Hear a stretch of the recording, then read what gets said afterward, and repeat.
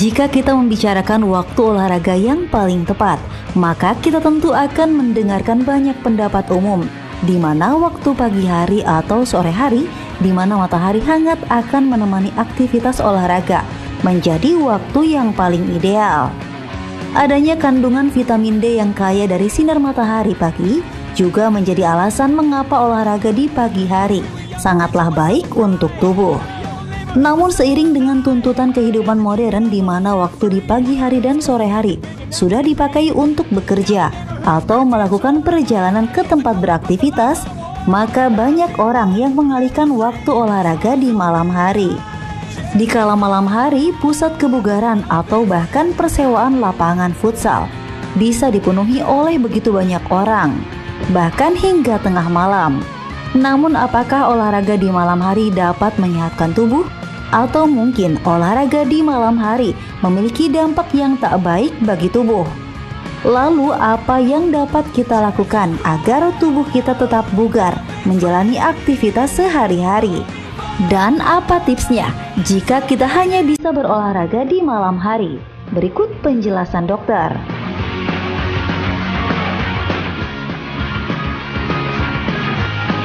Ini biasanya ya kalau kita pagi-pagi olahraga kan, tapi untuk yang tinggal di kota, yang sibuk, kadang nggak sempet nih, sempetnya malam-malam. Dan sekarang ini kan ada nih tren klub lari di malam hari, ya. Nah, sebetulnya lebih baik mana nih, olahraga di pagi atau malam hari? Untuk itu, sudah hadir di tengah kita Dr. Sofia HG, spesialis kedokteran olahraga. Selamat siang, Dok. Siang. Oke deh, Dok. Nih dokter tim olahraga pagi atau tim olahraga malam nih? Sesempatnya. Sesempatnya. Karena kadang-kadang kita juga gitu ya. Kadang-kadang emang jaga pagi ya udah olahraga malam. Tapi kalau jaga malam ya udah olahraganya pagi gitu ya. Nah, ini banyak sekali nih, Dok, mitos atau fakta yang beredar di masyarakat mengenai olahraga pagi atau olahraga malam. Katanya nih, Dok, olahraga malam itu bisa mengganggu waktu tidur. Mitos atau fakta? Nah, jadi sebenarnya jawaban singkatnya adalah mitos, tapi ya, tapi ada tapinya nih. Karena memang kalau terlalu mepet dengan jam tidur kita, heart rate-nya atau nadi kita tuh belum turun. Kemudian hormon adrenalin yang meningkat sesudah selesai olahraga memang belum turun. Jadi kalau kita biasanya tidur jam 10, jam 11, sebenarnya kita sudah diharapkan berhenti 1 sampai 2 jam sebelum kita mulai tidur. Tapi bukan berarti bahwa kita tidak boleh olahraga di malam hari. Karena kalau kita olahraga dengan rentang waktu tersebut, justru tidak akan mengganggu pola tidur. Malah ada beberapa orang yang tidurnya lebih dalam dan lebih nyenyak kalau olahraga dulu. Itu kayak saya tuh, kalau malam olahraganya malah lebih enak tidurnya, lebih lelap. Lebih enak. Iya itu, betul. Jadi itu mitos sebenarnya. Mitos, ya. Jadi itu sebenarnya mitos. Syaratnya itu ya, 1 sampai 2 jam sebelum kita tidur sudah berhenti. Biasanya pasti dijeda setelah olahraga, biasanya mungkin makan makanan ringan dulu, habis itu baru mandi, baru kita tidur. Gitu.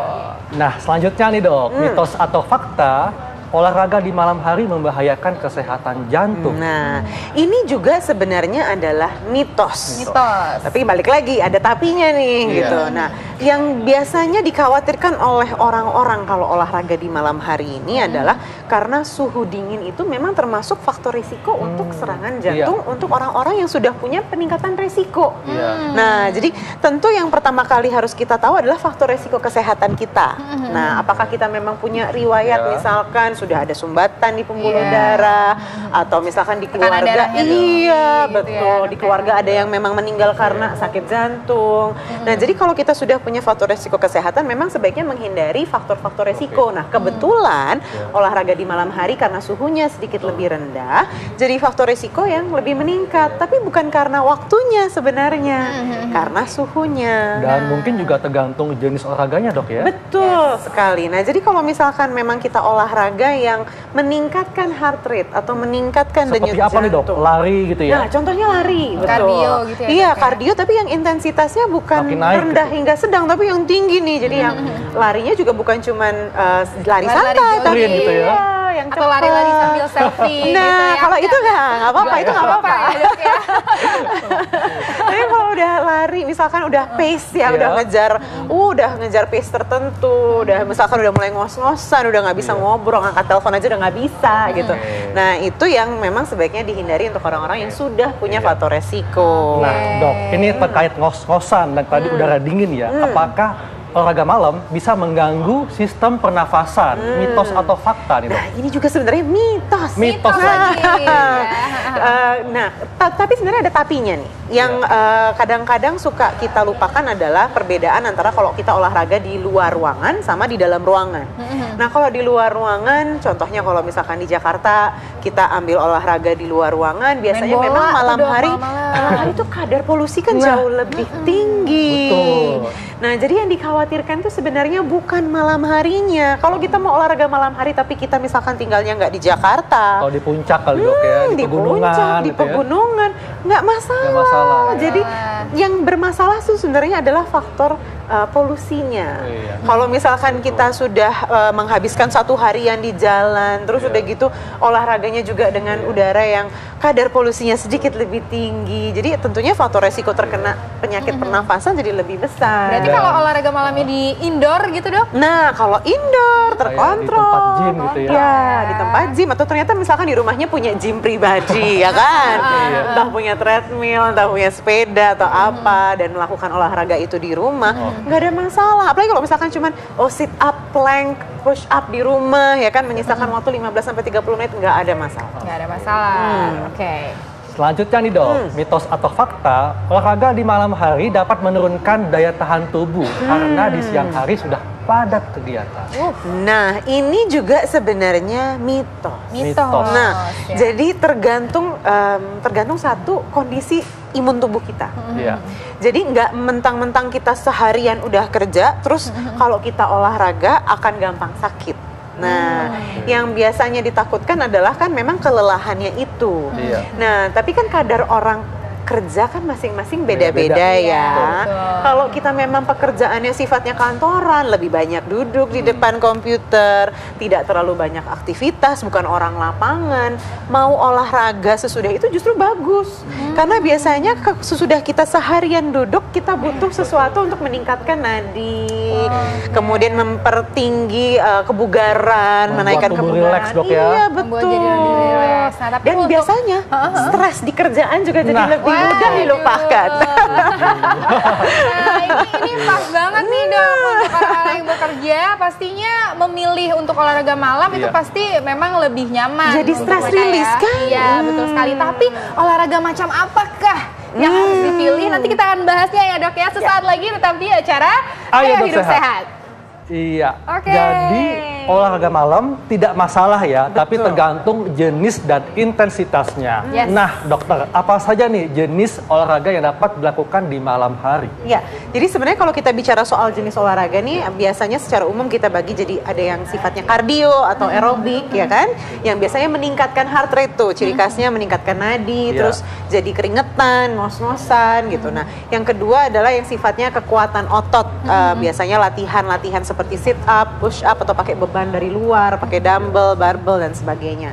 Kalau angkat beban hidup gimana dok? Waduh, luar biasa, lari-lari dari kenyataan Bu. Ya. Nah, itu dia olahraganya. Nah, jadi sebenarnya kalau dari jenisnya kita boleh mix and match nih, mau melakukan baik keduanya sebenarnya nggak masalah. Cuman yang harus diperhatikan adalah intensitasnya jangan terlalu tinggi langsung. Jadi kita harus naikin pelan-pelan, turunnya juga pelan-pelan. Nggak boleh langsung, oh saya mau sprint terus langsung sprint. Kita harus pakai warm up yang proper atau warm up yang sewajarnya, yang baik dan benar. Terus pendinginan juga proper, sewajarnya, baik dan benar Jadi juga. tetap penting pemanasan dan pendinginan dok ya? Betul, sangat nah, penting. Bagaimana dok cara kita tahu bahwa kita sudah melampaui maksimal? Nah, jadi menghitung denyut nadi. Iya, betul. Nah, biasanya yang kita jadi patokan untuk intensitas, kita tahu ini intensitasnya rendah, sedang, atau tinggi, itu yang paling akurat adalah nadi. Nah, buat beberapa orang, kita bisa, sebenarnya semua orang bisa mengukur nadinya sendiri. Jadi ada dua cara. Yang pertama itu di leher nih. Ya, jadi di belakang kerongkongan tuh kita bisa taruh 3 jari tuh. Jari. Terus diraba. Nah, kemudian kita hitung kalau pakai jam, pakai yang ada detiknya ya. Terus hitung 1 menit atau kalau nggak bisa 1 menit 15 detik kali 4. Normalnya berapa kali dok dalam 1 menit? Nah, jadi normalnya itu variasi normalnya adalah tergantung kita kebugarannya berapa, itu 80 sampai 100 masih kita bilang normal. Nah, kalau di sini kesulitan sebenarnya atau kalau di sini terlalu gampang atau sebenarnya yang bisa kita lakukan juga adalah di pergelangan tangan. Sama ya, 3 jari, kemudian di bawah ibu jari. Di bawah ibu jari ya? Iya, betul. Bukan di bawah kelingking. Ya, bukan di bawah kelingking, nggak akan ketemu. Nggak akan ketemu mau sampai berapa jam juga nggak bakal ketemu. Jadi nah, pada saat di kita bawah lari ibu jari. Dok, pada saat kita lari itu maksimal atau range normal pada saat kita lari itu masyarakat perlu tahu nih. Nah, jadi yang kita bilang denyut nadi maksimal itu adalah 220 dikurangi usia kita. Jadi kalau misalkan usianya 30, 220 dikurangi 30, denyut nadi maksimalnya 190. Oh, kalau berarti kalau usiaku masih kira-kira 15 tahun, jadi Ini dalam per menit dok ya? ya dok ya. Betul, ini per menit. Nah, tapi bukan berarti bahwa terus kita coba langsung mencapai 190, itu juga nggak bagus. Nah, biasanya yang menjadi rekomendasi itu adalah rentang intensitas sedang. Nah, jadi intensitas sedang ini kita nggak nyari di 190 nih kalau misalkan usianya 30, tapi 65 sampai 76% dari 190. Dari denyut nadi maksimalnya kita hitung dulu nih ya, denyut nadi maksimalnya 220 dikurangi usia.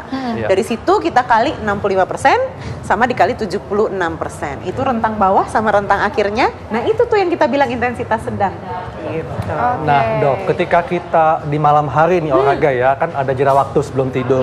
Nah, bagaimana dengan makan dok? Kan abis olahraga kan lapar nih. Nah, ini apakah kita boleh makan dan kalau kita makan berapa lama nih boleh tidur dan sebagainya? Ya, jadi olahraga itu paling baik sebenarnya dilakukan ketika perut kosong atau sedang tidak mengolah makanan. Kenapa? Karena ketika kita olahraga, 80% dari sirkulasi darah akan pergi ke alat gerak. Jadi ke tangan, ke kaki. Jadi kalau kita sedang mengolah makanan saat itu, olahnya nggak benar. Pencernaannya tidak maksimal atau tidak optimal.